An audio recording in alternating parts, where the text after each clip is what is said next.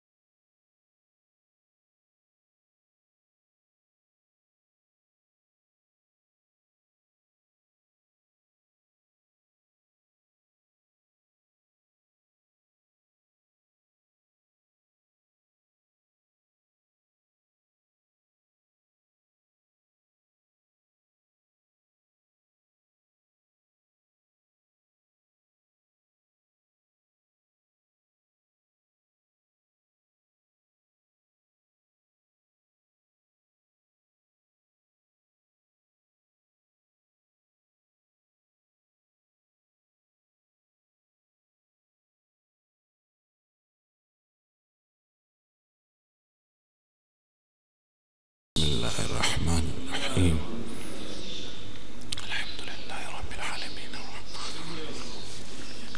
وإياك نستعين صراط المستقيم صراط الذين أنعمت عليهم بسم اللہ الرحمن الرحیم قل هو اللہ احد الله الصمد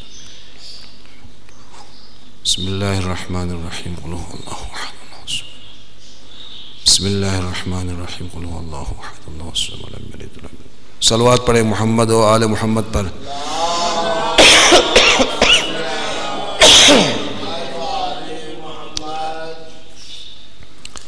اعوذ باللہ السمیع العلیم من الشیطان اللعین الرجیم بسم اللہ الرحمن الرحیم الحمد للہ الذی لعظمته ترعد السماء وسکانها وترجف الأرض وعمارها وتموج البحار ومن يسبح في غمراتها الذي دل على وجوب وجوده افتخار الممكنات وعلى علمه وقدرته إحكام الكائنات المتجلي بنور جماله على الملك والملكوت المحتجب في عز جلاله بشعشعة اللاهوت عن سكان الجبروت فضلا عن قطان الناسوت الذي لا يبلغ مدحته القائلون ولا يحصي نعماءه العادون ولا يؤدي حقه المجتهدون الذي لا يدركه بعد الهمام ولا يناله غوص الفطن الذي ليس لصفته حد محدود ولا نعت موجود ولا وقت معدود ولا أجل ممدود فطر الخلائق بقدرته ونشر الرياح برحمته ووتدى بالصخور ميدان أرضه الذي جعل الحمد مفتاحا لذكره وطريقا من طرق الاعتراف لوحدانيته وسببا لمزيد من فضله ودليلا على آلائه وعظمته ثم الصلاة والسلام والتحية والإكرام على خير خلقه وأفضل بريته حافظ سره ومبلغ رسالاته البشير النذير السراج المنير الطهر الطاهر الدر الفاخر البحر الذاخر العلم الظاهر المنصور المؤيد المصطفى الأمجد صاحب الوقار والسكينة المدفون بأرض المدينة حبيب قلوبنا وطبيب نفوسنا وشفيع ذنوبنا أفضل الأولين وأطيب المرسلين سمي في السماوات بأحمد وفي الأراضين بأبي القاسم محمد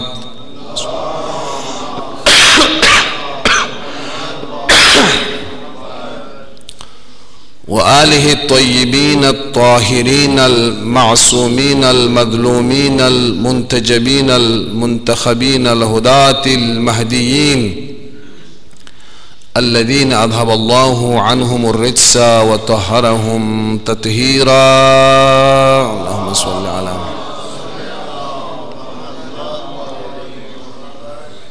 واللعنة الأبدية والأزلية والسرمدية والباقية على أعدائهم وغاصب حقوقهم ومنكر فضائلهم من يوم ظلمهم وعداوتهم إلى لقاء يوم الدين. أما بعد، قال الله العزيز الحكيم في محكم كتابه المتين المبين على رسوله الصادق الأمين وهو أصدق القائلين وقوله الحق.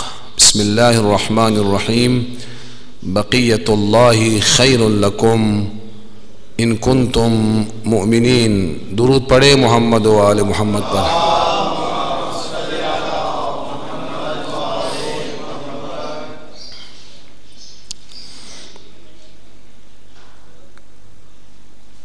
قرآن حکیم جسے خالق ذوالجلال نے انسانیت کی ہدایت کا چراغ بنا کر رسالت مآب صلی اللہ علیہ وآلہ وسلم پر نازل فرمایا ہے، اور قرآن مجید نے یہ اعلان بھی فرمایا ہے کہ لا رطب ولا یابس الا فی کتاب مبین. ہر چیز کا تذکرہ قرآن کے اندر موجود ہے. تو یقیناً جب شریعت کے مختلف اصولوں کا تذکرہ قرآن میں ہے اور شریعت نے مختلف اصول و فروع کا کلیات بیان کیا ہے، تو اہم ترین اور انتہائی ضروری جو اسلامی اصول ہے اور نظام ہے، جسے نظام امامت کہا جاتا ہے، کہ وہ بِهِ ثبتت الارض، یہ امام ہے جس کے ذریعے دنیا ثابت ہے اور زمین کو قرار حاصل ہے.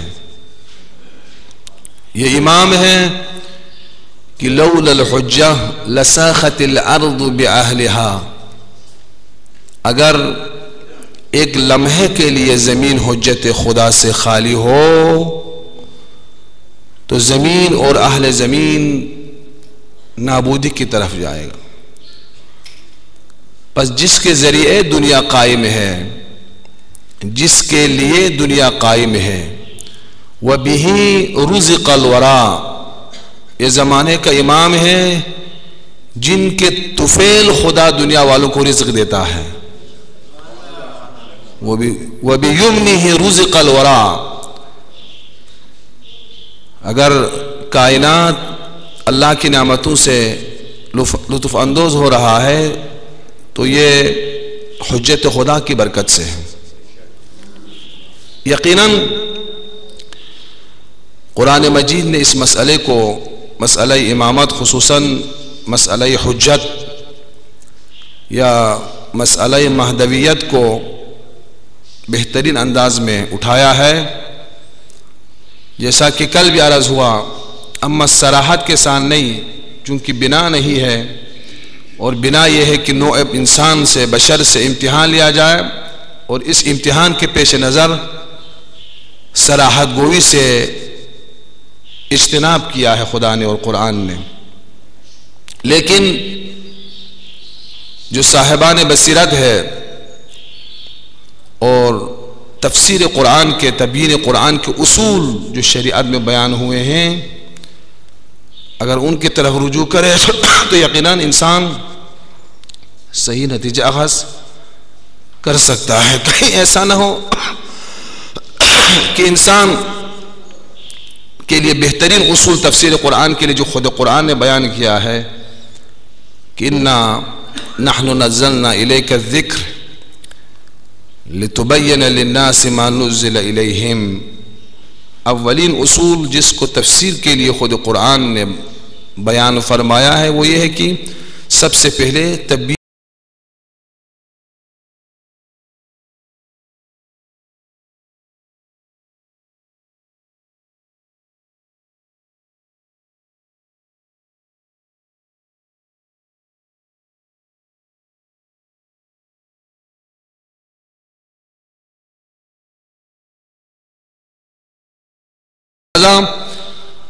لو فصلا، اگر پیمبر کو آل پیمبر کو احادیثوں کو قرآن سے جدا کرے تو ہم یقیناً حقیقت قرآن تک نہیں جا سکتے ہیں۔ آپ دیکھیں قرآن کی اس وقت جو عجیب و غریب تفاسیر ہے، قسم قسم کے تفاسیر ہم پاتے ہیں، اور ایسے تفاسیر بھی ہے قرآن کے اندر۔ ابھی جو رسول اکرم صلی اللہ علیہ وآلہ وسلم کے خلاف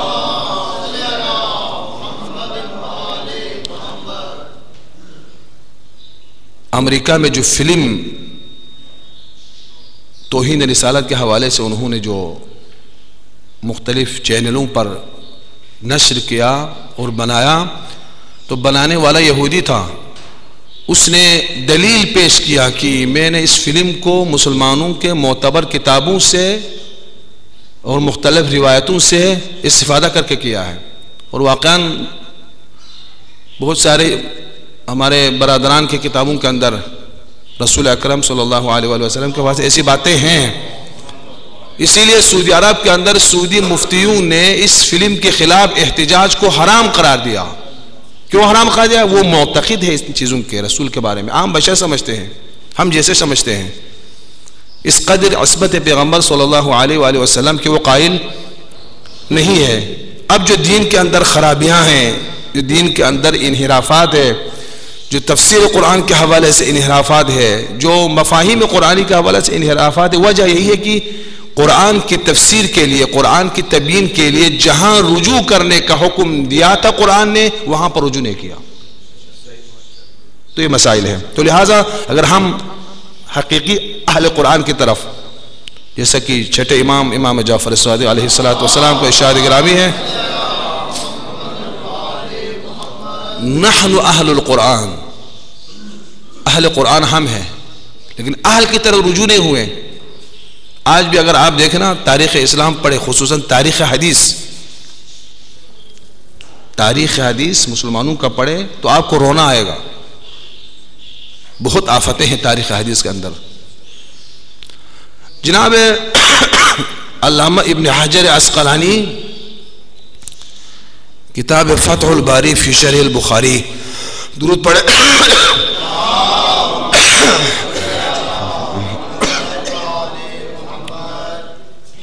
اہل سنت کے پاس 7 معتبر کتابیں ہیں، جی 7 معتبر کتابیں، جس کو کہتے ہیں صحاح الستہ۔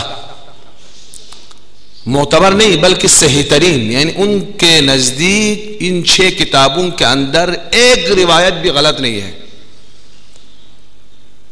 لیکن تشیع کے پاس وہ علمی وسعت ہے، تشیع کا علمی نگاہ اس قدر وسیع ہے، تشیع قرآن اور توحید میں اس قدر پختہ ہے کہ ہمارا نظریہ یہ ہے کہ قرآن کے علاوہ کوئی صحیح کتاب نہیں ہے۔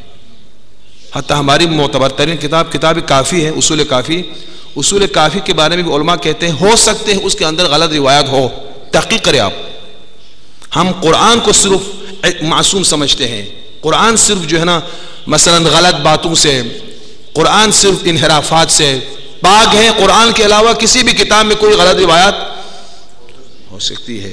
یہ تشیع کا نظریہ ہے. لیکن وہ کہتے ہیں نہیں، صحاح الست 6 صحیح ترین کتاب کی، اس کے اندر کوئی غلط نہیں ہے. 6 کتابیں ہیں اور ان 6 کتابوں میں بھی کیٹیگری بنایا انہوں نے. ان 6 کتابوں میں سے جس کو تمام اہل سنت کے پاس خاص اعتبار حاصل وہ کتاب بخاری ہے. محمد ابن اسماعیل بخاری کی لکھی ہوئی کتاب ہے صحیح بخاری، اور اس صحیح بخاری کی ایک شرح ہے 15 جلدوں پر مشتمل، جس کو علامہ ابن حجر عسقلانی نے فتح الباری فی شرح البخاری کے نام سے لکھا ہے. وہاں اس مقدمے میں جب وہ روات کے بارے میں بحث کرتے ہیں، راویوں کے بارے میں بحث کرتے ہیں، تو اس کا مطالعہ کرتے کرتے علامہ شرف الدین عاملی نے لبنان کے مصر کے اپنے زمانے کے ہم عصر مفتی کو جب خط لکھا تو اس خط میں علامہ شرف الدین نے لکھا کہ آپ سے ایک سوال ہے. سوال، اہل بیت میں سے، اہل بیت رسول میں سے یا اصحاب پیغمبر میں سے پیغمبر کے ساتھ سب سے زیادہ ٹائم کس نے گزارا؟ ایک خط انہوں نے لکھا مفتی مصر کو، اور اس خط کا جواب انہوں نے 2 سطر میں دے دیا. بسم اللہ الرحمن الرحیم، تمام شیعہ سنی روایات اور معتبر تاریخ کی روشنی میں سب سے زیادہ رسول اسلام کے ساتھ ٹائم آپ کی بیٹی کائنات کی شہزادی فاطمہ الزہرا سلام اللہ علیہ نے گزارے.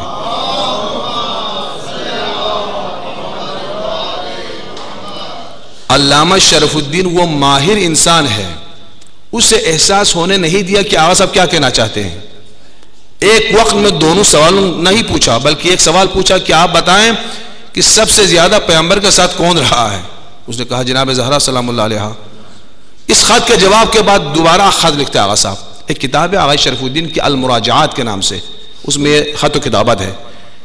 دوسرا خط لکھتا ہے کہ اصحاب میں سے سب سے کم ٹائم کس نے گزارا ہے پیغمبر کے ساتھ؟ تو اس نے جواب دیا جناب حضرت ابو ہریرہ رضوان اللہ تعالی علیہ نے کم وقت پیغمبر کے ساتھ گزارا ہے، یہ جواب دیا. تو آغا صاحب نے دوبارہ انہیں خط لکھا، عقل کی روح سے، منطق کی روح سے، تجربات کی روح سے، درایت کی روح سے، فطرت کی روح سے، حقائق کی روح سے یہ ہونا چاہیے کہ پیغمبر سے احادیث و روایات یا اقوال پیغمبر زیادہ سے زیادہ وہ نقل کرے جو سب سے زیادہ پیغمبر کے ساتھ رہا ہو، اور عقل اور فطرت کا فیصلہ یہ ہے کہ اس سے کم نقل ہو جو کم رہا ہو. اب آغا صاحب نے ان کو جواب دے دیا. آپ کے کتابوں کے اندر اور آپ کے معتبر کتابوں کے اندر شاہد موجود ہے کہ جناب زہرا جو سب سے زیادہ پیغمبر کے ساتھ رہی ہے، بی بی سے تمام صحاح ستت کے اندر صرف 5 روایات منقول ہے. حضرت زہرا سلام اللہ علیہ سے صرف 5 روایات، جناب ابو ہریرہ سے 50,000 روایات سے زیادہ، 50,000 روایات سے زیادہ روایتیں منقول ہیں. اس کا جواب نہیں آتا ہے ادھر سے آغا صاحب کو. عرض کرنے کے مقصد یہ ہے کہ وجہ کیا ہے؟ وجہ ہے کہ رسول کے رحلت کے بعد احادیث پر پابندی عائد ہوئے. کہا حسبنا کتاب اللہ، ہمارے لیے کتاب خدا کافی، احادیث کی ضرورت نہیں ہے. جب ضرورت پڑ گئے تو حدیث کا کارخانہ تعمیر کرنا شروع کر دیا. جب ضرورت پڑی تو دوبارہ وہ فیکٹریاں احادیث کا انہوں نے جعلی شروع کیا کہ جس کو جناب یوسف مزی کتاب تہذیب الکمال میں لکھتا ہے کہ زیادہ سے زیادہ جناب ابو ہریرہ 1 سال پیغمبر کے ساتھ رہا ہے، اس سے 50,000 احادیث کیسے نقل ہوتے ہیں؟ اب جو تحریفات آپ دین میں دیکھتے ہیں، آپ جو تحریفات ہمارے حدیث کے اندر دیکھتے ہیں، اب جو تحریفات ہمارے تفاسیر کے اندر دیکھتے ہیں، جو تحریفات ہمارے تاریخ کے اندر دیکھتے ہیں، اس کا وجہ اصلی یہی ہے جیسا کہ محمد ابو ریہ مصر کے حدیثی محققین میں سے ہے، وہ العزوام علی سنت المحمدیہ اس کتاب میں لکھتا ہے کہ وجہ یہی ہے کہ جن سے قرآن لینے کا حکم دیا تھا ادھر سے ہم ہٹ گئے ہیں. یعنی اہل بیت اطہار علیہ السلام کے در کو اور ان کے گھر کو ہم نے چھوڑ دیا. تو عرض کرنے کا مقصد ہے کہ ہر مسئلے کو قرآن نے اٹھایا ہر مسئلے کو قرآن نے بیان کیا ہے، لیکن اس کی تفسیر کے لیے، اس کی توضیح کے لیے، اس کی تشریح کے لیے جہاں قرآن نے رجوع کرنے کا حکم دیا ہے وہاں رجوع کرنے کی ضرورت ہے۔ اب مسئلہ مہدویت کے بارے میں کل میں نے کہا کہ 20 آیتوں نے امامت اور مہدویت کے مسئلے کو اٹھایا ہے، اور میں نے آپ سے وعدہ کیا تھا صرف 4 آیتوں کا تذکرہ کروں گا۔ 2 آیتیں کل پڑھی گئی آپ کی خدمت میں، تکرار نہیں کروں گا، فقط آیت پڑھوں گا۔ وَلَقَدْ كَتَبْنَا فِي الزَّبُورِ مِن بَعْدِ الذِّكْرِ أَنَّ الْأَرْضَ يَرِثُهَا عِبَادِيَ الصَّالِحُونَ، زبور میں خدا نے لکھ دیا ہے کہ زمین کے وارث ایک دن خدا کے صالح بندے ہوں گے۔ سورہ مبارکہ انبیاء آیت نمبر 105، اور دوسری آیت هُوَ الَّذِي أَرْسَلَ رَسُولَهُ بِالْهُدَى وَدِينِ الْحَقِّ لِيُظْهِرَهُ عَلَى الدِّينِ كُلِّهِ وَلَوْ كَرِهَ الْمُشْرِكُونَ، سورہ توبہ آیت نمبر 33۔ اب تیسری آیت جس میں خالق کائنات کا ارشاد گرامی ہے، وَنُرِيدُ أَن نَّمُنَّ عَلَى الَّذِينَ اسْتُضْعِفُوا فِي الْأَرْضِ وَنَجْعَلَهُمْ أَئِمَّةً وَنَجْعَلَهُمُ الْوَارِثِينَ، سورہ قصص آیت نمبر 5۔ سورہ قصص فرماتے ہیں وَنُرِيدُ أَن نَّمُنَّ عَلَى الَّذِينَ اسْتُضْعِفُوا فِي الْأَرْضِ، خداوند متعال کی طرف سے ارشاد ہے کہ ہم نے ارادہ کر لیا ہے، وَنُرِيدُ خدا کی طرف سے ہم نے ارادہ کر لیا ہے، أَن نَّمُنَّ عَلَى الَّذِينَ اسْتُضْعِفُوا فِي الْأَرْضِ، جن کو زمین پر کمزور بنایا گیا ہے، جن کو زمین پر مستضعف قرار دیا ہے، جن پر ظلم ڈھائے گئے ہیں، جن پر ستم ڈھائے گئے ہیں، جن کو قتل کیا گیا ہے، جن کو شہید کیا گیا ہے، جن سے حق چھین کر لوگوں نے غاصبانہ طور پر ان کے حقوق کھایا ہے، ان کے بارے میں خدا کا ارادہ یہ ہے کہ خدا ان پر منت کرے۔ وہ منت کیا ہے؟ نجعلہم ائمہ ونجعلہم الوارثین، ہم پورے زمین کے ان کو امام بنائیں گے اور کل زمین کا ان کو وارث بنا دیں گے۔ مراد یہ ہے کہ دنیا کی امامت اور انسانیت کی حکومت و امامت ان افراد کے ہم حوالے کر دیں گے۔ اب ابھی تک تو نہیں ہوا کہ روئے زمین پر اللہ کے نیک بندے کل زمین پر امامت کر چکے ہوں اور زمین کا وارث بن چکا ہوں۔ جب امام محمد تقی علیہ السلام سے پوچھتے ہیں مولا یہ خدا کا جو ارادہ ہے وَنُرِيدُ أَن نَّمُنَّ عَلَى الَّذِينَ اسْتُضْعِفُوا فِي الْأَرْضِ نَجْعَلَهُمْ أَئِمَّةً وَنَجْعَلَهُمُ الْوَارِثِينَ، کب اللہ کے نیک بندے مستضعف بندے جن پر لوگوں نے ظلم کیا ہے وہ کب زمین کے وارث بنیں گے اور امامت کا عہدہ سنبھالنے کو فرماتے لما يخرج من ولد الحسین اسمه المہدی عجل اللہ تعالی فرجہ الشریف، جب ایک فرد نسل امامت سے نسل امام حسین سے خروج کریں گے اور اس کا نام مہدی عجل اللہ تعالی فرجہ الشریف ہوں گے، جب آپ خروج کریں گے تو آپ کے آوان و انصار اور آپ کے لشکر میں جو صالحین کثیر تعداد میں ہوں گے وہ زمین کے اوپر امامت کریں گے۔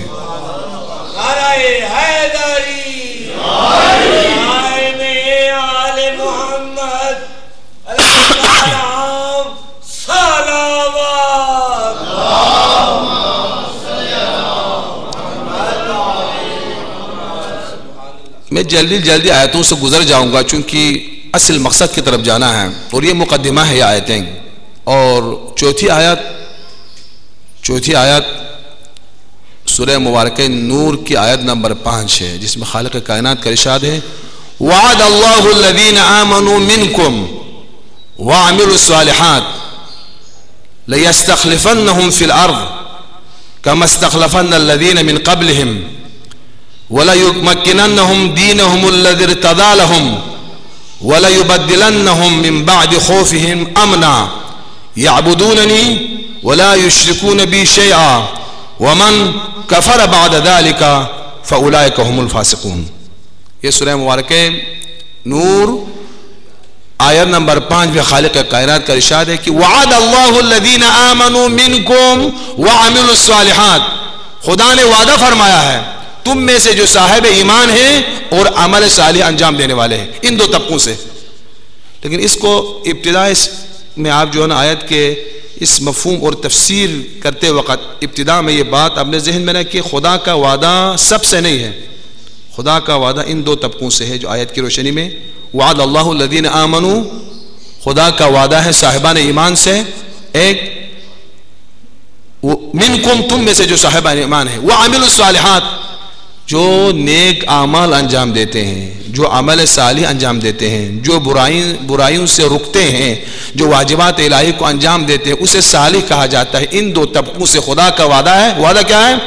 لَيَسْتَخْلِفَنَّهُمْ فِي الْأَرْضِ، ان کو زمین خدا کا ہم خلیفہ بنا دیں گے، زمین خدا کا خلیفہ۔ كَمَا اسْتَخْلَفَ الَّذِينَ مِنْ قَبْلِهِمْ وَلَيُمَكِّنَنَّهُمْ دِينَهُمُ الَّذِي ارْتَضَىٰ لَهُمْ، اور ان کو وہی دین ہم دیں گے، اسی دین کی ہم ترویج کریں گے، اسی دین کی حکومت ہوگی ارتضیٰ لہم، جسے وہ خود چاہتے ہیں، جو ان کے مرضی کے مطابق ہے۔ وَلَيُبَدِّلَنَّهُمْ مِن بَعْدِ خَوْفِهِمْ أَمْنًا، اور خوف کے بعد امن کے ماحول ہم ان کے لیے فراہم کریں گے۔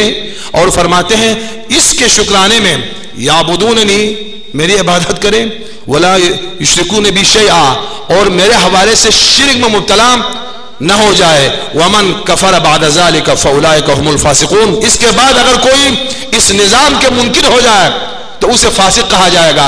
بس خدا کا وعدہ ہے دو طبقوں سے، وعد اللہ الذین آمنوا، صاحبان ایمان سے، وعملوا الصالحات، ان لوگوں سے جو نیک اعمال انجام دیتے ہیں۔ اگر تمہارے لیے امن و امان نہیں ہے، اگر تو خوف زدہ نہیں ہے، اگر تمہارے درمیان فقر ہے، تنگ دستی ہے، بیچارگی ہے، ظلم ہے، بربریت ہے، فساد ہے، فسق و فجور ہے، تو خوف زدہ ہونے کی ضرورت نہیں ہے۔ خدا کا وعدہ ہے لَيَسْتَخْلِفَنَّهُمْ فِي الْأَرْضِ، یہی لوگ زمین پر خدا کے خلیفہ ہوں گے۔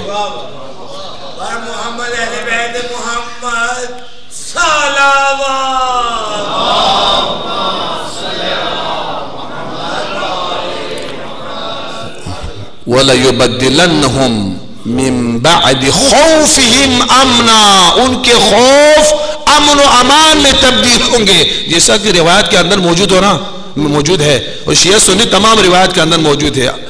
حسکانی نے شواہد التنزیل میں جو اہل سنت کے معتبر ترین کتاب نقل کیا ہے کہ جب امام عجل اللہ تعالی فرجہ الشریف ظہور فرمائیں گے،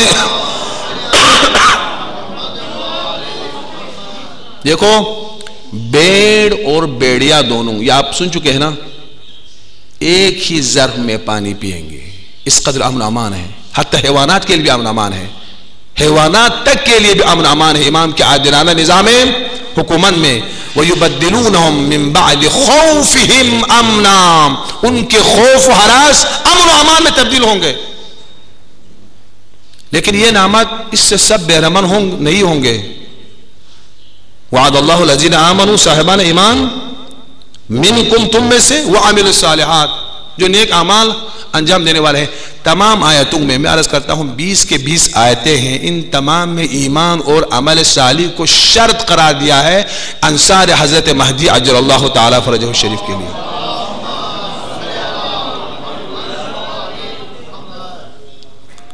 لوگ بعض اوقات گھبراتے ہیں جب ہم کہتے ہیں کہ انصار و اعوان حضرت حجت عجل اللہ تعالی فرجہ الشریف صالح خدا کے صالح بندے ہوں گے، تو بعض لوگوں کے حوصلے پس ہو جاتے ہیں کہ صالح بننا کوئی بڑی بات ہے، کوئی پیچیدہ مسئلہ نہیں ہے، جیسا کہ لوگوں کو یہ بتایا گیا ہے کہ یہ کوئی پیچیدہ مسئلہ ہے، مشکل مسئلہ ہے کہ ہم نہیں کر سکتے، ہم وہاں تک نہیں جا سکتے۔ نہیں بھائی، اس چیز کو اپنے ذہن میں رکھو کہ خداوند متعال کے لیے کوئی اصرار نہیں ہے کہ خواہ مخواہ آپ کو جہنم میں داخل کرے۔ اصرار خدا کو 1000 ماؤں سے زیادہ جس میں انسانیت کے لیے شفقت ہو، اسے اصرار ہے کہ خواہ مخواہ آپ کو جہنم میں ڈالے۔ آپ کو جہنم میں ڈال کر خدا کو لطف آتا ہے؟ جی اصرار نہیں ہے، یہ ہم ہیں جو خود اپنے پاؤں چل کر جہنم کی طرف جاتے ہیں۔ وہ دعائے شعبانیہ میں ہے نا، وہ ابواب النیران فیہا مغلقہ، ماہ مبارک رمضان میں جہنم کے دروازے بند ہیں اور شیطان کو خدا نے رسیوں میں باندھ کے رکھا ہے۔ تو کسی نے امام معصوم سے سوال کیا، یا ابن رسول اللہ ایسی بات ہے تو پھر رمضان میں کوئی گناہ نہیں ہونا چاہیے تھا، جہنم بھی بند ہے اور شیطان بھی رسی بھی بند ہے، تو بہت سارے لوگ رمضان میں بھی گناہ کرتے ہیں نا، آپ سمجھتے ہیں کہ آپ نہیں کھاتے ہیں نہیں پیتے ہیں تو روزے سے ہیں، نہیں۔ چھٹے سرکار کا قول ہے کہ بعض لوگ ایسے ہیں جن کو بھوک اور پیاس کے علاوہ روزے سے کچھ نہیں ملا، صرف بھوکا اور پیاس رہا، کیونکہ آنکھ تو روزے سے نہیں ہے جی، زبان روزے سے نہیں ہے، ہاتھ پیر روزے سے نہیں ہے، صرف نہیں کھاتا ہے نہیں پیتا ہے، اور بہت سارے لوگ کھاتے پیتے بھی ہوں گے خدا نخواستہ، تو مشکل اساسی ہے جی۔ تو سوال کیا مولا، جب شیطان بھی رسی میں بند ہے اور جہنم کا دروازہ بھی بند ہے تو پھر رمضان میں گناہ کیوں کرتے ہیں؟ تو امام فرماتے ہیں کہ بہت سارے ایسے ہیں خود جا کے اپنے ہاتھوں سے شیطان کی رسی کھول لیتے ہیں، اس کو آزاد کر دیتے ہیں، جہنم کا دروازہ خود جا کے کھول لیتے ہیں، خدا نے تو بند کیا ہے۔ خدا کی طرف سے جہنم کا دروازہ بند کرنا اور شیطان کو رسی میں باندھنا، اس سے مراد یہ ہے کہ ماہ مبارک رمضان میں ایسے پروگرام عبادات بندگی کا خدا نے ترتیب دیا ہے کہ ان پر انسان عمل پیرا ہو جائے تو اصلا شیطان کی طرف جا نہیں سکتا انسان، لیکن خود انسان جو ہے نا وہ شیطان بنتا ہے۔ اسے بعض اوقات روایات میں بھی اور قرآن میں بھی ہے، جو انسانی شیطان ہے نا وہ جنی شیطان سے بہت سخت ہوتا ہے، خود چل کے انسان اپنے آپ کو جہنم کے مستحق بنا دیتا ہے۔ خدا کو اصرار نہیں ہے کہ انسان کو جہنمی بنائے۔ تو جب کوئی علماء موعظہ کرتا ہے، آپ کو دین کی طرف بلاتا ہے، تو لوگ کو بعید سمجھتے ہیں کہ ہم وہاں تک نہیں جا سکتے، بس ٹھیک ہے یہی جو ہم کر رہے ہیں، اللہ مالک ہے جی، خدا مالک ہے، ٹھیک ہے جی جو کچھ کر رہے ہیں ہم ٹھیک ہے۔ نہیں، یہ کوئی مشکل کام نہیں ہے، یہ کوئی سخت کام نہیں ہے۔ آن واحد میں، ایک لمحے میں انسان جہنمی اپنے آپ کو جنت کا مستحق بنا سکتا ہے، ایک ارادے سے ختم۔ خدا کو آپ، خدا کے لیے اصرار نہیں ہے آپ جہنم میں ڈالیں، بلکہ خدا مصر ہے کہ کسی نہ کسی حوالے سے آپ کو جنت کا مستحق کرے، یہ ہے، یہ الہی فطرت یہ ہے۔ لیکن حضرت انسان ہے جو اس کو اصرار ہے کہ میں نے جہنم میں جانا ہے۔ تو جب ہم اوصاف اصحاب حضرت امام زمان عجل اللہ تعالیٰ فرجہ الشریف بیان کرتے ہیں کہ آپ کے اصحاب کیسے ہوتے ہیں، تو تمام روایتوں نے اور آیتوں نے اتفاق کے نظر سے جس مسئلے کو بیان کیا ہے کہ انسان صالح انسان آپ کے لشکر میں ہوں گے، آپ کے آوان انصار میں ہوں گے، تو ہم گھبرا جاتے ہیں، ہم صالح بن سکتا ہے؟ بہت آسان ہے بھائی جان، کوئی مشکل نہیں ہے۔ صالح بننے کے لیے شرط نہیں ہے کہ آپ دعائے کمیل پڑھیں، یاد رکھو، صالح بننے کے لیے شرط نہیں ہے کہ آپ دعائے ندبہ پڑھیں، صالح بننے کے لیے شرط نہیں ہے کہ آپ 11 رکعت نماز تہجد پڑھیں، صالح بننے کے لیے شرط نہیں ہے کہ آپ تمام مستحبات پر عمل کریں، ٹھیک ہے جی، کرے تو بہت بہتر ہے۔ ڈیفینیشن انسان صالح کا 2 لفظوں میں خلاصہ ہوتا ہے، یہ کوئی مشکل کام نہیں، 2 لفظوں میں خلاصہ ہوتا ہے۔ جن چیزوں کو خدا نے واجب قرار دیا ہے اسے انجام دو، جن چیزوں کو خدا نے حرام قرار دیا ہے ان سے رک جاؤ، یہ ہے انسان صالح۔ یہ کوئی مشکل کام ہے؟ بتاؤ آپ۔ انصار امام زمان عجل اللہ تعالیٰ فرجہ الشریف میں لشکر حضرت مہدی عجل اللہ تعالیٰ فرجہ الشریف میں شامل ہونا چاہو تو اس 2 اصول پر عمل کرو، ختم۔ حرام کاموں سے رک جاؤ، نیک کام انجام دو، یہ انسان صالح ہے۔ قیامت کے دن آپ مجھے پکڑے، اگر کہیں قیامت کے دن خدا آپ کو اس طرح عذاب میں مبتلا کرے کہ تم نے دعائے کمیل کی تلاوت کیوں نہیں کی، نہیں مستحب ہے، نہ کرے تو کوئی ڈنڈا نہیں ہے۔ نماز تہجد کیوں نہیں پڑھی، کوئی ڈنڈا آپ پر نہیں پڑے گا۔ مستحبات کے حوالے کوئی سزا نہیں ہوگی، درجہ بلند ہوں گے، لیکن انسان صالح اسے کہا جاتا ہے آسان ہے، دین سہل ہے، دین آسان ہے، دین نے کسی چیز کو مشکل نہیں کیا آپ کے لیے، پیچیدہ نہیں رکھا ہے آپ کے لیے، آسان ہے۔ ان 2 اصولوں پر عمل کرے، حرام چیزوں سے رک جائے اور واجبات پر عمل کرے، یہ انسان صالح ہے۔ لشکر امام زمان عجل اللہ تعالیٰ فرجہ الشریف میں اپنے آپ کو داخل کر سکتے، لیکن آپ کو دیکھنا پڑے گا کون کون سی چیزیں واجب ہے اور کون کون چیزیں حرام ہیں۔ بس آیتوں نے بھی صراحت سے بیان کیا کہ خصوصیات انصار حضرت حجت عجل اللہ تعالیٰ فرجہ افراد صالح ہے۔ روایتوں نے بھی صراحت سے کہا ہے کہ افراد و انصار حضرت حجت عجل اللہ تعالیٰ فرجہ الشریف افراد صالح ہے، افراد صالح، اور سید الشہداء علیہ آلاف التحیۃ والثناء نے اپنے قیام کے دوران کل قیام کربلا کو ایک لفظ کے اندر خلاصہ کر دیا. وہ کیا ہے؟ انما خرجت لطلب الاصلاح، میں بھی انسان صالح پیدا کرنے کے لیے قیام کر رہا ہوں.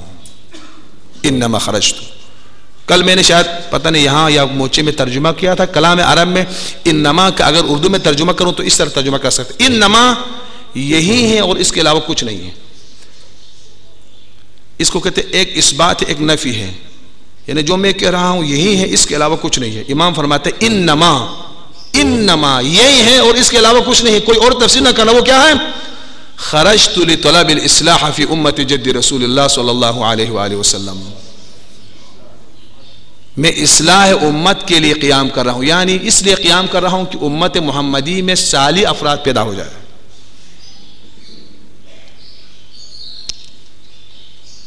ائمہ علیہ السلام نے، انبیاء نے، قرآن نے جس چیز پر سب سے زیادہ زور دیا ہے وہ اصلاح معاشرہ ہے، اور ہمارے پاس جس کی کوئی ویلیو نہیں وہ اصلاح معاشرہ ہے. کوئی ویلیو نہیں ہمارے پاس. امام زین العابدین نے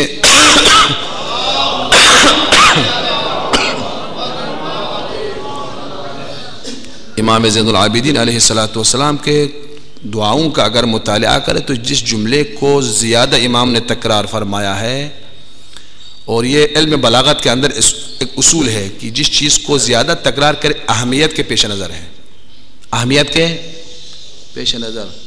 آپ سورہ رحمان میں پڑھتے ہیں نا، کیا پڑھتے ہیں؟ فَبِأَيِّ آلَاءِ رَبِّكُمَا تُكَذِّبَانِ فَبِأَيِّ آلَاءِ، اللہ کے نعمتوں کو جٹلانے والے اتنے بدبخت ہیں کہ بار بار ان کا تذکرہ ہوتا ہے. فَبِأَيِّ آلَاءِ رَبِّكُمَا تُكَذِّبَانِ، کتنے نعمتوں کو جٹلاؤ گے تم، کتنے نعمتوں کو جٹلاؤ گے تم، کتنے نعمتوں کو، تکرار کے ساتھ. اور اسی طرح جہنم میں کے مستحق ہونے والوں میں سے وہ طبقہ جو جہنم کے ویل کا مستحق ہوتا ہے، ان سے بڑھ کر کوئی بدبخت اور شقی طبقہ نہیں ہے. اہمیت کے پیش نظر تکرار ہوتا ہے. وَيْلٌ يَوْمَئِذٍ لِلْمُكَذِّبِينَ وَيْلٌ يَوْمَئِذٍ لِلْمُكَذِّبِينَ وَيْلٌ يَوْمَئِذٍ لِلْمُكَذِّبِينَ. تکرار کا ایک فائدہ ہے، وہ یہ اہمیت کے پیش نظر، اس کے اندر جو شدت و حدت پائی جاتی ہے اس کے پیش نظر تکرار کیا جاتا ہے. سید الساجدین امام العارفین زین العابدین علیہ افضل الصلوات المسلین. جب ہم ادعیہ کی طرف، امام کے دعاؤں کی طرف رجوع کرتے ہیں تو ایک جملے کو بہت تکرار فرمایا ہے حضرت نے.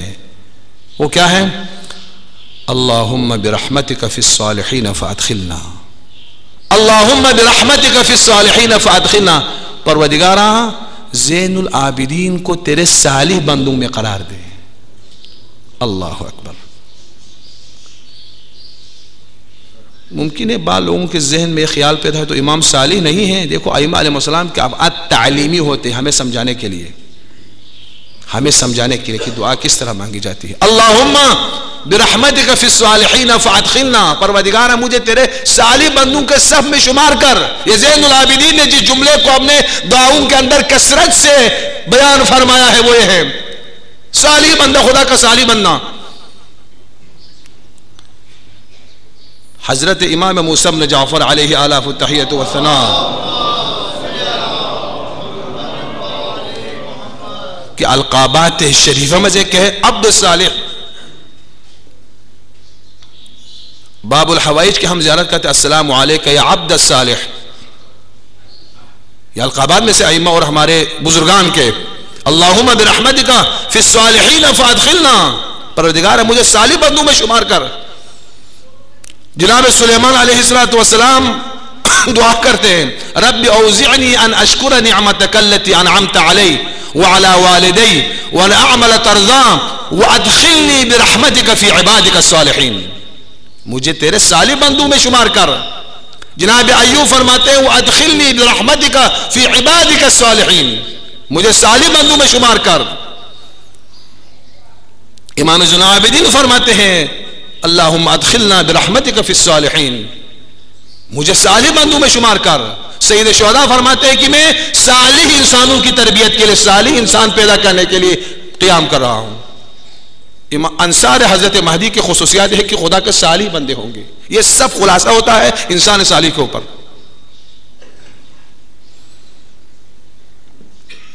جب مولا سب کچھ قربان کر رہا ہے اصلاح کے اوپر، تو کیا عزاداری کے ذریعے ہماری اصلاح نہیں ہونی چاہیے؟ کیوں نہیں ہو رہے؟ پھر بتاؤ مجھے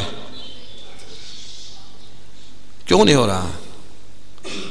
زیارت 40 کے اندر ایک جملہ ہے، زیارت 40 کے اندر ایک جملہ ہے، فرماتے ہیں کہ مولا وَبَذَلَ مُحْجَتَهُ لِيَسْتَنْقِذَ عِبَادَكَ مِنَ الْجَهَالَةِ، آپ نے سب کچھ قربان کر دیا مولا۔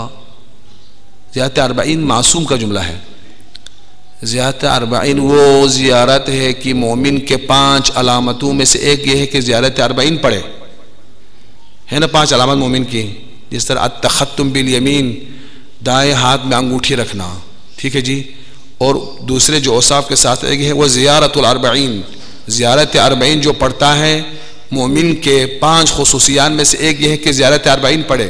اسی لیے بعض علماء نے استنباط کیا ہے کہ باب الزیارت میں، کامل الزیارت میں جناب ابن قولوی نے جمع کیا ان تمام زیارتوں کو، زیارت 40 کو جب شرط مومن قرار دیا ہے تو علماء نے فیصلہ کیا ہے کہ معتبر ترین زیارت جو معصوم کے زبان سے صادر ہوا ہے ان میں سے ایک زیارت 40 ہے۔ تو زیارت 40 کے اندر ایک جملہ ہے وَبَذَلَ مُحْجَتَهُ فِي لِيَسْتَنْقِذَ عِبَادَكَ مِنَ الْجَهَالَةِ، پروردگارا حسین نے سب کچھ قربان کر دیا تیرے راہ میں، کیوں؟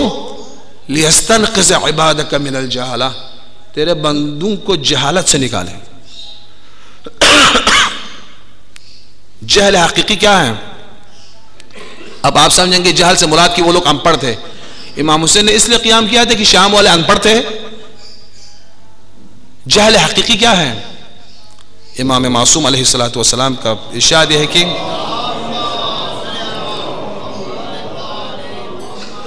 حقیقت میں جہل معصیت ہے، اس عالم کو جاہل کہا جائے گا جو معصیت میں مبتلا ہے، یہ جہل واقعی ہے۔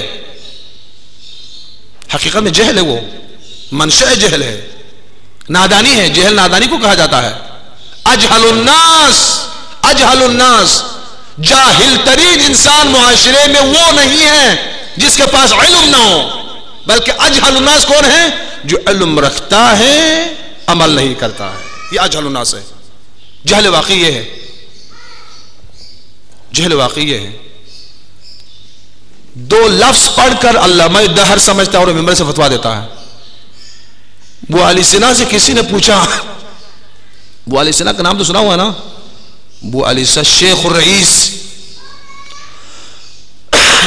26 سال کی عمر تک تمام علوم میں انہوں نے مہارت حاصل کی، شفا میں، طب میں، ریاضیات میں، طبیعیات میں، فقہ میں، اصول میں، فلسفہ میں، کلام میں۔ شیخ الرئیس ابن سینا، ہمارے تشیع کے حوزات میں جناب ابن سینا کو شیخ الرئیس کہا جاتا ہے، تمام علماء کا رئیس۔ وہ عظیم المرتبت ابن سینا پڑھ پڑھ کے علامت الدہر بنتا ہے۔ تو شیخ الرئیس ابن سینا سے کسی نے پوچھا آقا آپ اتنے پڑھ چکے ہیں کہ کسی موضوع کو بھی آپ نے نہیں چھوڑا ہے، آپ نے کیا احساس کیا؟ تو انہوں کا اتنا پڑھ کے پہلے میں 2 جہل میں تھا، جہل مرکب میں، اب ایک جہل مجھ سے چلا گیا ہے، ایک جہل باقی ہے، جہل بسیط میں تبدیل ہو گیا ہے۔ وہ کیسے؟ پہلے یہ سب پڑھنے سے پہلے میں سمجھ رہا تھا کہ میں کچھ جانتا ہوں، اور مجھے یہ پتہ نہیں تھا کہ میں نہیں جانتا ہوں۔ ابھی اتنا پڑھ کے یہ پتہ چلا ہے کہ میں کچھ نہیں جانتا ہوں۔ سمجھ گیا بات؟ اسے کہتے ہیں عالم۔ عالم کسے کہتے ہیں؟ جس قدر پڑھتا جاتا ہے وہ اپنے آپ کو پس سمجھتا ہے کہ میرے پاس کچھ نہیں ہے۔ چہتے سرکار کا قول ہے نا، علوم آل محمد کے سمندر میں زیادہ آپ جب اس کے عمق کی طرف جائیں گے، گہرائی کی طرف جائیں گے، آپ اپنی کم علمی کا اظہار زیادہ کرتے چلے جائیں گے۔ شیخ الرئیس کہتا ہے کہ پہلے میں سمجھ رہا تھا کہ میں کافی کچھ جانتا ہوں، اور مجھے یہ پتہ نہیں تھا کہ میں نہیں جانتا ہوں۔ 2 جہل، ایک تو نہ جاننا ایک جہل ہے نا، ایک یہ نہ جاننا کہ میں نہیں جانتا ہوں، 2 جہل تھا۔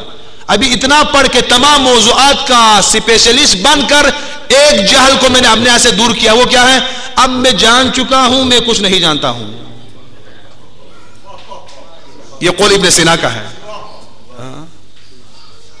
ہم سب ہمارے سٹیجوں پر جاہل مرکب بیٹھے ہیں، جہل مرکب، کچھ نہیں جانتے ہیں اور بیچارے کو یہ پتہ نہیں کہ وہ نہیں جانتے ہیں. مصیبت ہے ہمارے لیے.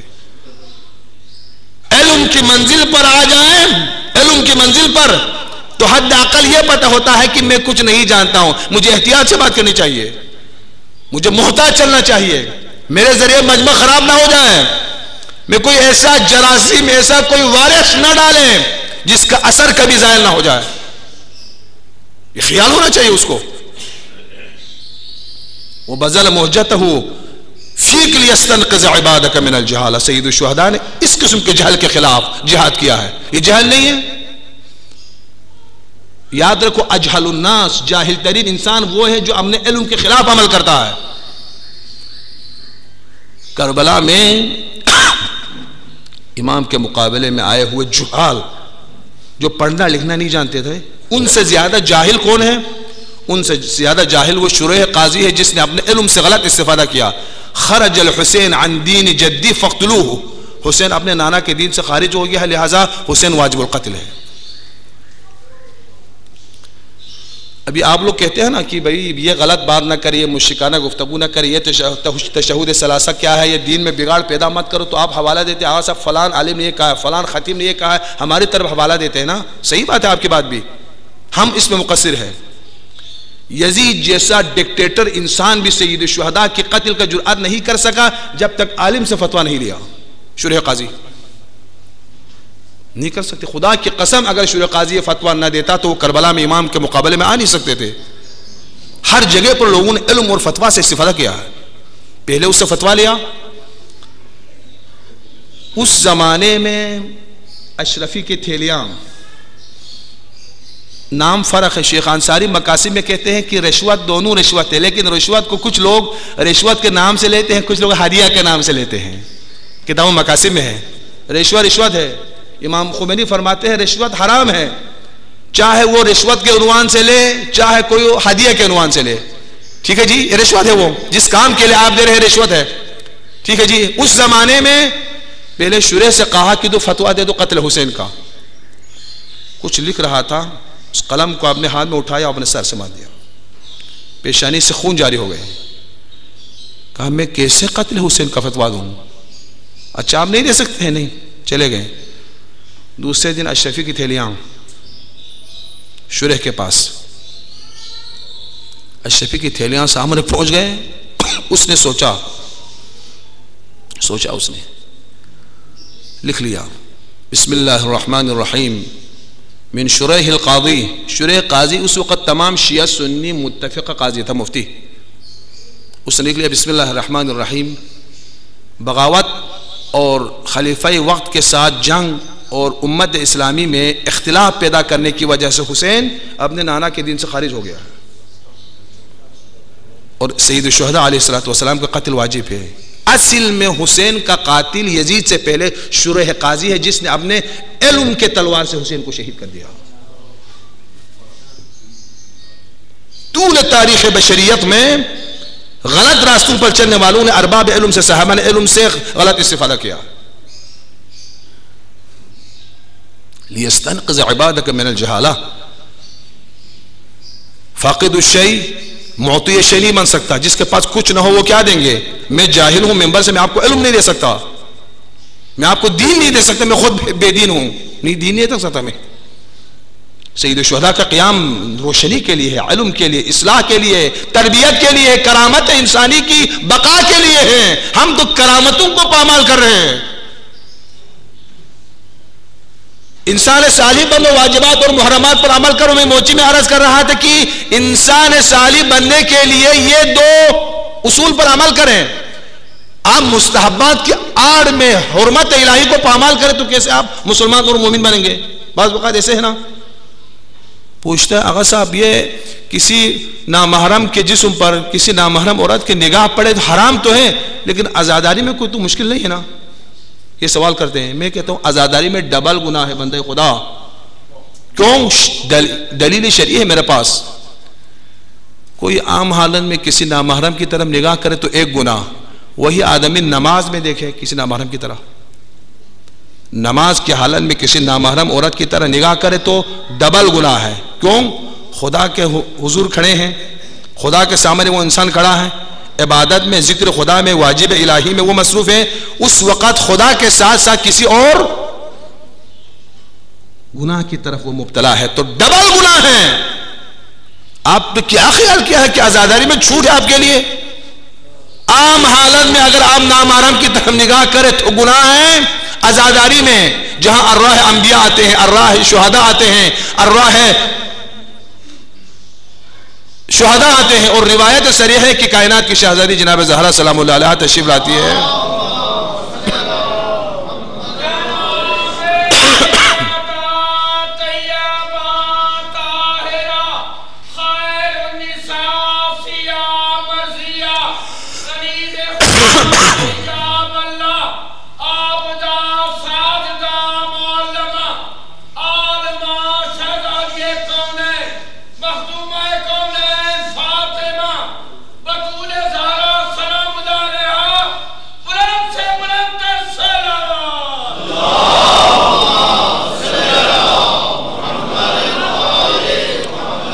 سوال کرتے ہیں آغا صاحب قمیص اتار کے سینہ زنی کرنا کوئی اشکال ہے؟ اشکال نہیں ہے، کوئی اشکال نہیں، مردوں کے درمیان کوئی اشکال نہیں ہے، بلکہ زیادہ ثواب ہے، ٹھیک ٹھاک پیٹے آپ، ثواب ہے، کوئی شک نہیں، حق رکھتا ہے، جس قدر سید الشہداء کے اوپر سینہ زنی کرے کم ہے۔ میری کیا جرات ہے؟ چھٹے امام فرماتے ہیں کہ عزاداری جو حقیقی عزاداری کرتے ان کی ثواب کو ہم نہیں کون کر سکتے ہیں۔ امام صادق فرماتے ہیں وہ انسانی حد سے بالاتر ہے، الا ان کی حرام خدا تک نہ جائے، اس کو خیال رکھنا۔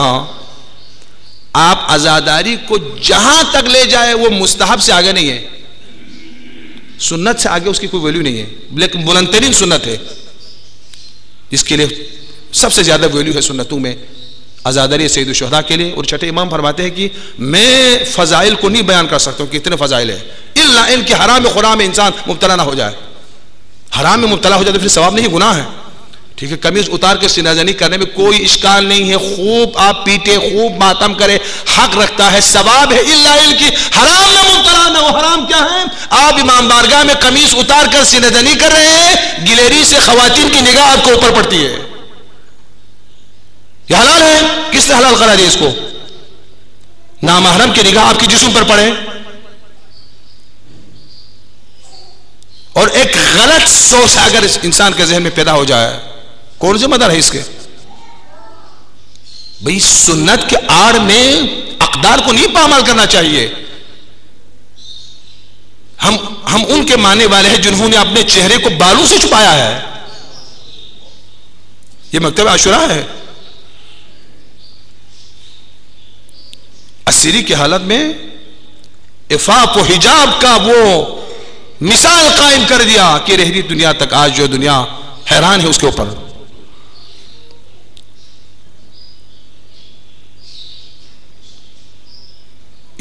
اس روح عزاداری سے ہمیں قریب ہونے کی ضرورت ہے۔ اب ہم یہ امید رکھتے ہیں کہ ہمارے بچے نیک اور صالح پیدا ہو جائے، یہ آپ کا جو ارمان ہے نا وہ درست نہیں ہے۔ جس عورت کی نگاہ سالم نہ ہو یہ توقع نہ رکھے کوئی اچھا بیٹا پیدا کر سکے، وہ نہیں، ممکن نہیں ہے۔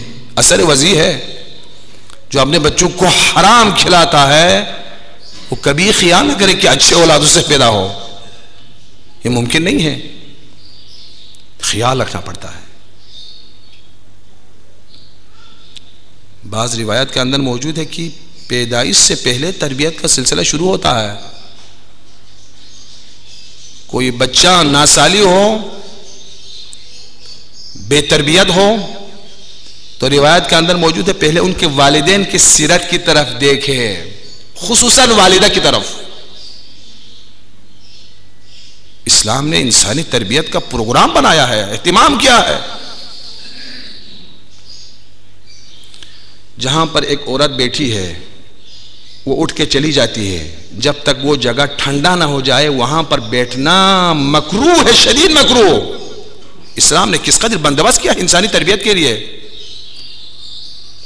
ورنہ کیا ہے، یہ زمین پر ایک عورت بیٹھی ہے وہ اٹھ کے چلی جاتی ہے کہ وہ جگہ جب تک ٹھنڈا نہ ہو جائے وہاں پر انسان مرد کے لیے کراہت ہے کہ وہاں پہ بیٹھ جائے، کہیں کوئی فاسد خیال اس کے ذہن میں نہ آئے۔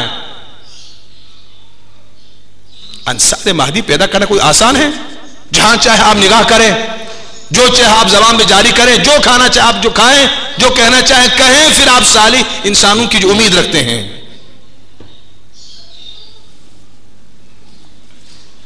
عزاداری کے ذریعے پاکیزگی حاصل ہونا چاہیے، طہارت حاصل ہونا چاہیے، اخلاق و انسانیت ہمارے اندر آنا چاہیے۔ اسی لیے میں ادھر عرض کرتا ایک جگہ پر اشک معرفت آنا چاہیے، نہ اشک عاطفہ۔ اشک عاطفہ کیسے کہتے پتہ ہے؟ اشک عاطفہ یہ ہے کہ کوئی سر میں، ترنم میں کسی مظلوم کی مظلومیت کا داستان سنائے تو رونا آتا ہے۔ یہ کوئی کمال نہیں ہے، کوئی کمال نہیں ہے۔ کسی مظلوم بچی کی، یتیم کی، کسی کا بھی مظلومیت کا داستان آپ سر میں سنائے تو اس کو ترس آتا ہے اس کو اوپر۔ اس کو کہتے ہیں اشک عاطفہ، اشک احساساتی۔ اس کا کوئی ویلیو نہیں ہے۔ اشک معرفت آپ کے آنسوں سے جاری ہونا چاہیے، اس کا بہت بڑی قیمت اور ویلیو ہے۔ کربلا مرکز تربیت بشر ہے۔ امام زین العابدین علیہ السلام کا ارشاد گرامی ہے،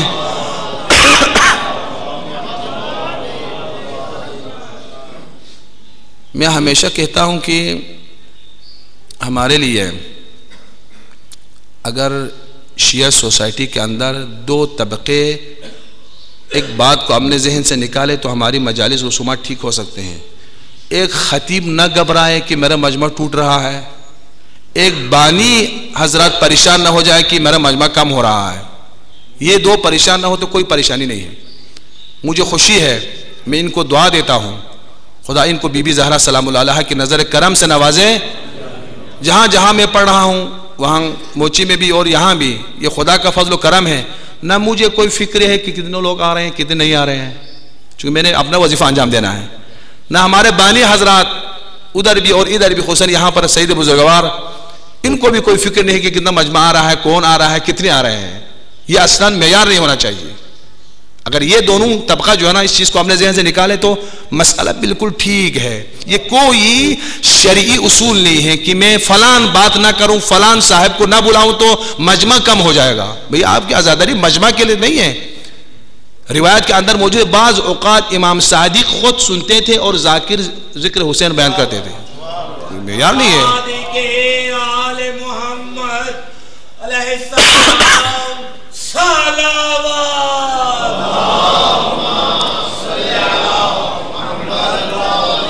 آپ کے پاس 1,00,000 کا مجمع ہو، لوگ کفر سن کے جائیں، وہ بہتر ہے یا تھوڑا مجمع ہو کہ کچھ لوگ سدھر کے جائیں، وہ بہتر ہے؟ بتاؤ مجھے کون سا معیار ہے آپ کے پاس؟ لوگ بگڑ کے جائیں یہ بہتر ہے یا سدھر کے جائیں؟ واللہ شرعی ذمہ داری سے کہتا ہوں کہ 1 کروڑ کا مجمع آپ جمع کریں، اس سے کچھ فائدہ نہ ہو تو آپ کا دامن خالی ہے، لیکن کسی مجلس سے ایک آدمی کا فکر بن کے جائے تو فَكَأَنَّمَا أَحْيَا النَّاسَ جَمِيعًا، ایسا ہے کہ پورے انسانیت کو آپ نے زندہ کر دیا ہے۔ یہ آیت قرآنی ہے۔ ہمیں ان رسومات سے بالاتر ہونے کی ضرورت ہے۔ ہم رسومات منا رہے ہیں، عزاداری نہیں۔ سید سجاد فرماتے ہیں میں نے امام صادق اور امام باقر کے لیے علمی جو گراؤنڈ فراہم کیا نا، میرے بابا کے شہادت سے استفادہ کیا، میں نے لوگوں کی تربیت کی شہادت کے سہارے۔ یہ آل محمد کی تربیت گاہ ہے۔ نہ لوگ دین سے دور ہو جائے اور توحید سے دور ہو جائے، خدا سے دور ہو جائے۔ حسین ابن علی نے، بس تقریر ہی 1 گھنٹہ ہو گیا، تمام کر رہا ہوں۔ حسین ابن علی نے اپنا سب کچھ قربان کر دیا دین کے لیے اور اصلاح کے لیے۔ 80 سالہ حبیب سے لے کر 6 ماہ اصغر تک، یہ کوئی کم قربانی نہیں ہے۔ اسی لیے احمد امین مصری لکھتا ہے کربلا کی حقانیت ثابت کرنے کے لیے تمام دلائل ایک طرف، علی اصغر کی شہادت ایک طرف، تمام دلائل ایک طرف، علی اصغر کی شہادت ایک طرف۔ قیام قیامت تک تاریخ انسانیت کے وہ خائن افراد جنہوں نے کبھی کبھار یہ جسارت کی ہے کہ حسین سلطنت اور بادشاہت کے لیے قیام کیا تھا، فرماتے ہیں ان کے منہ پر تمانچہ ہے علی اصغر کی شہادت۔ جو اقتدار اور سلطنت کے غرض سے جاتا ہے وہ شیرخوار بچے کو خدا کی راہ میں قربانی کے لیے پیش کرتا ہے۔ اقوی حجج کربلا کی حجتوں میں قوی ترین حجت باب الحوائی شہزادہ علی اصغر ہے۔ اور بعض روایتوں کے اندر، ضعیف روایتوں کے اندر موجود ہے، اور بعض علماء بیان بھی کرتے ہیں، مجھے اس پر اعتقاد نہیں ہے، یہ اظہار کرتے ہیں کہ شہزادہ علی اصغر کی شہادت غیر ارادی تھا۔ غیر ارادی یعنی اس معنی میں کہ مولا پانی پلانے لے گئے تھے، غرض پانی پلانا تھا، پانی پلانے لے گئے تھے، اچانک سے تیر آپ کے حلق شریف میں پیوست ہو جاتا ہے اور آپ بدرجہ شہادت فائز ہوتے ہیں۔ اس کو کہتے ہیں شہادت غیر ارادی، یعنی امام پانی پلانے لے گئے تھے پھر اچانک سے شہادت واقع ہوئی ہے، یہ بات درست نہیں ہے۔ شہزادہ علی اصغر کی شہادت ارادے سے ہوا ہے، شہزادہ علی اصغر کی شہادت پروگرام سے ہوا ہے۔ شہدائے کربلا کے لسٹ میں شہزادہ کا نام موجود ہے، بلکہ خدا کی عظیم حجت کربلا کی زمین پر شہزادہ علی اصغر کی شہادت ہے، اسی لیے مولا انتظار میں تھا۔ لیکن فرق یہی ایک فرق ہے، وہ فرق یہ ہے کہ غازی چونکہ بول سکتے تھے، شہزادہ علی اکبر بول سکتے تھے، قاسم بول سکتے تھے، انہوں نے زبان پہ ان لفظوں میں اپنے آقا سے اجازت طلب کی کہ مولا اب ہم اپنی جان قربان کرنا چاہتے ہیں۔ شہزادہ علی اکبر چونکہ اصغر بول نہیں سکتے، روتے روتے کہا بابا اب میری باری ہے، کہا بابا اب میری باری ہے۔ شہادت ارادی ہے، اسی لیے میں آپ کو ایک حساس نقطے کی طرف لے جا رہا ہوں، حساس نقطے کی طرف، وہ یہ ہے حمید بن مسلم لکھتا ہے کہ مجھے بعض مقامات پر حسین کی مظلومیت پر بہت ترس آیا۔ دشمن کا قول ہے یہ، حمید بعض جگہوں پر رویا ہے، دشمن کا کاتب ہے منشی، بعض مقامات پر رو پڑے ہیں حمید، کہتے ہیں ان مقامات میں سے ایک یہ مقام ہے، ادھر مولا دشمن سے جنگ کرتے تھے، ادھر ذوالجناح کا رخ خیمے کی طرف کر کے اپنے بہنوں کے بیٹیوں کی خبر لیتے تھے، بار بار مقتل میں، بار بار خیمے میں، سکون نہیں ہے مولا کے لیے، اطمینان نہیں ہے مولا کے لیے، آرام نہیں ہے، ایک بار مقتل میں ہے تو ایک طرف خیمہ کی طرف، کبھی بچوں کو خبر لیتے ہیں، کبھی دشمن سے لڑ پڑتے ہیں۔ اس اضطراب کو دیکھ کر مجھے بہت ترس آیا حسین پر، یہ حمید کا جملہ ہے۔ لیکن ایک بار مولا خیمے کی طرف تشریف لاتے ہیں، خیمے میں یتیموں کی، بچوں کی، بہنوں کی رونے کی آواز آئی۔ اب میں اس کو سمجھانا چاہتا ہوں کہ شہزادہ علی اصغر اذن جہاں لے رہا ہے، وہ کیسے پتہ چلا؟ دنیا کا قاعدہ یہ ہونا چاہیے، جب خیمے میں بیٹیاں، بچیاں، مخدرات، خواتین رو رہے ہیں تو میرے مولا کو پوچھنا چاہیے تھا کیوں رو رہے ہو، نہیں پوچھا۔ راوی کہتے ہیں جب رونے کی آواز آئی تو خیمہ کی طرف رخ کرتے ہیں، اور خیمے کی طرف رخ کر کے میرے مولا کیا کرتے ہیں؟ قام امام خیمت العقیلہ، جناب زینب سلام اللہ علیہ کے خیمہ کے قریب آ کے کھڑے ہوتے ہیں، کھڑے ہو کر پوچھا نہیں کیوں رو رہے ہو، علم امامت کے ذریعے پتا تھا، میرے مولا یہ جانتے تھے کہ اب اصغر اذن جہاں لینا چاہتا ہے، نہیں پوچھا بہن یہ بچیاں، بیٹیاں، بہنیں، خواتین، مخدرات روتے کیوں ہیں، نہیں پوچھا۔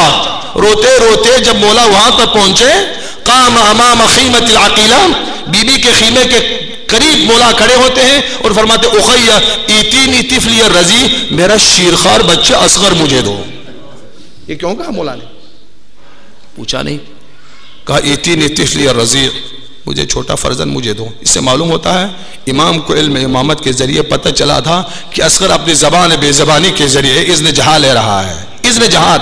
اور جناب زینب نے بھی کہا کہ آقا عجیب منظر ہے، جب آپ آخری اتمام حجت فرما رہے تھے حل من ناصر ینصرنا الام آل احمد المختار، کوئی ہے مدد کرنے والا فرزند زہرا کربلا کی زمین پر وحید و فرید رہ گیا ہے، تو بی بی فرماتی ہے دو وجود پہ بڑا اثر ہوا. ایک سید سجاد ہے، بستر علالت سے عصا لے کر اٹھتے ہیں اور فرماتے ہیں پھوپھی اماں امام وقت بلا رہا ہے، مجھے اجازت دو میں میدان کی طرف جاؤں گا. بی بی فرماتی ہے سجاد نہیں، تو حجت خدا ہے، تیرے ذریعے نسل امامت کی بقا ہے، تجھ سے جہاد ساقط ہے. سجاد کو بٹھایا اور فرماتی ہے بھیا حسین، دوسرا وجود جس پر اثر ہوا یہ ننھا سپاہی اصغر ہے، یہ اس وقت سے رو رہے ہیں اور اس نے اپنے ماں کے گود سے زمین پر گرا دیا، بے چین ہے، بے سکون ہے. تو روتے روتے میرے آقا فرماتے ہیں بہن اصغر مجھ سے اجازت مانگ رہا ہے، میں اپنی آخری حجت کو لے کے جانا چاہتا ہوں. کربلا کی آخری حجت شہادت کے لیے تیار ہے. کہتے ہیں شہزادہ نے دو مقام پر انقلاب پیدا کیا کربلا میں، دو مقام پر. قرآن کی طرف اصغر کو حمائل کیا سینے سے، عبائے شریف کو اصغر کے سر پہ ڈال دیا، مقتل کی طرف روانہ ہوئے. دشمن اختلاف پیدا ہوئے، کہا عمر سعد حسین تو قرآن کو شبیہ بنا کے لا رہا ہے، قرآن حمائل کر کے آ رہا ہے، ہم حسین سے نہیں لڑیں گے. حسین بن نمیر کہتا ہے نہیں، دھوکے میں مت آنا، حسین قرآن نہیں لا رہا ہے، حسین آخر اپنی قربانی خدا کی طرف پیش کرنے لا رہا ہے. دشمن کے سامنے پہنچ کر ابا جب اٹھایا مولا نے، چاند کی طرف چمکتا ہوا ننھا سپاہی علی اصغر ہے. حمید کہتا ہے کہ یہ دوسرا مقام ہے جہاں پر مجھے رونا آیا. میرے مولا نے فرمایا اے شامیوں کوفیوں، تمہیں معلوم ہے کہ یہ پانی خدا نے میرے اماں زہرا کے مہر میں لکھ دیا ہے، یہ میرے ماں کی جاگیر ہے. یشرب فیہا الکلاب والخنازیر والکفار، اس نہر فرات کے پانی سے گھوڑے بھی پانی پیتے ہیں، کافر بھی پانی پی رہے ہیں، خنزیر اور کتے بھی پانی پی رہے ہیں، اور آل رسول خیموں کے اندر عطش سے مر رہے ہیں. تھوڑا اس بچے کو پانی تو پلا دو. لیکن انکار ہے، اس قدر شقی ہے، پانی پلانے کے لیے تیار نہیں ہے. تو حمید کہتا ہے جس جملے پر مجھے رونا آیا وہ جملہ یہ ہے، اے اشقیاء تمہیں اگر خیال ہے حسین اپنے بچے کے بہانے پانی لے کر خود پینا چاہتے ہیں تو خدا کی قسم میں نہیں پینا چاہتا ہوں، میں بچے کو تمہارے حوالے کر دیتا ہوں، ذرا اصغر کو پانی پلا کے مجھے واپس کر دے.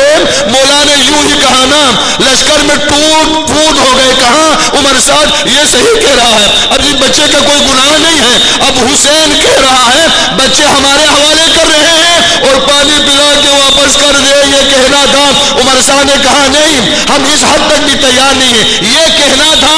مولا نے اصغر کی طرف نگاہ کیا اور کیا کہا، بیٹا تو بھی حیدر کا پوتا ہے، تیرے رگوں میں بھی اماں زہرا کے شیر کی تاثیر ہے، تو بھی امام کا بیٹا ہے، تو بھی حجت خدا ہے، کربلا میں میری قوی ترین برہان تو ہے. اصغر تو خود اپنا مبارزہ شروع کر. یہ اصغر کا مبارزہ شروع ہوتا ہے. عباس و اکبر و قاسم گھوڑے پہ سوار ہو کر ہاتھ میں تلوار لے کر دشمن سے لڑے. اب یہ بچہ، یہ ننھا سپاہی اس طرح لڑتا ہے کہ دشمن کے صفوں میں اختلاف پیدا ہوتا ہے. یہ کہنا تھا، سر اٹھایا اصغر نے، سوکھے ہونٹوں کے درمیان سے سوکھی زبان نکال کر دشمن کو دکھایا، ایسا وار کیا دشمن پر، دشمن بھی رو پڑے. کہا عمر سعد خدا رہا اس بچے کو پانی پلا دو. جب اختلاف کا سلسلہ شروع ہوا تو عمر سعد نے ہرملہ سے کہا، ہرملہ فقطع کلام الحسین، اس بچے کو خاموش کر دو، اس بچے کی حجت کو خاموش کر دو. اب نہ معلوم ہرملہ نے کیا کیا میں بیان نہیں کر سکتا. حسین نے اپنے ہاتھوں میں اصغر کا خون لیا، آسمان کی طرف بلند کیا اور کہا پروردگار میں آخری قربانی پیش کر رہا ہوں، مجھ سے قبول کرے. عزیزان محترم، ایک روایت تمام شہداء کے حوالے سے ایک جداگانہ فیل حسین نے علی اصغر کے لیے انجام دیا. وہ کیا ہے؟ خیمے کی طرف واپس آئے، کہا بہن میں اصغر کو پانی پلا کے لایا ہوں، ذرا اصغر کو لیجئے۔ اصغر کو جناب زینب کے حوالے کر دیتے ہیں، پھر ذوالفقار سے ننھا سا قبر تیار کرتا ہے۔ اب عجیب ہے نا، روایت کا جملہ ہے ذوالفقار رونے لگتا ہے۔ مولا پوچھتا ہے ذوالفقار تو کیوں رو رہا ہے؟ تو ذوالفقار کہتے ہیں آقا جنگ حنین سے واپس آنے کے بعد تیرے بابا علی نے مجھے تیرے ماما اما زہرا کے حوالے کر دیا تھا کہ زہرا مجھے پاک کر رہی تھی، دو رہی تھی۔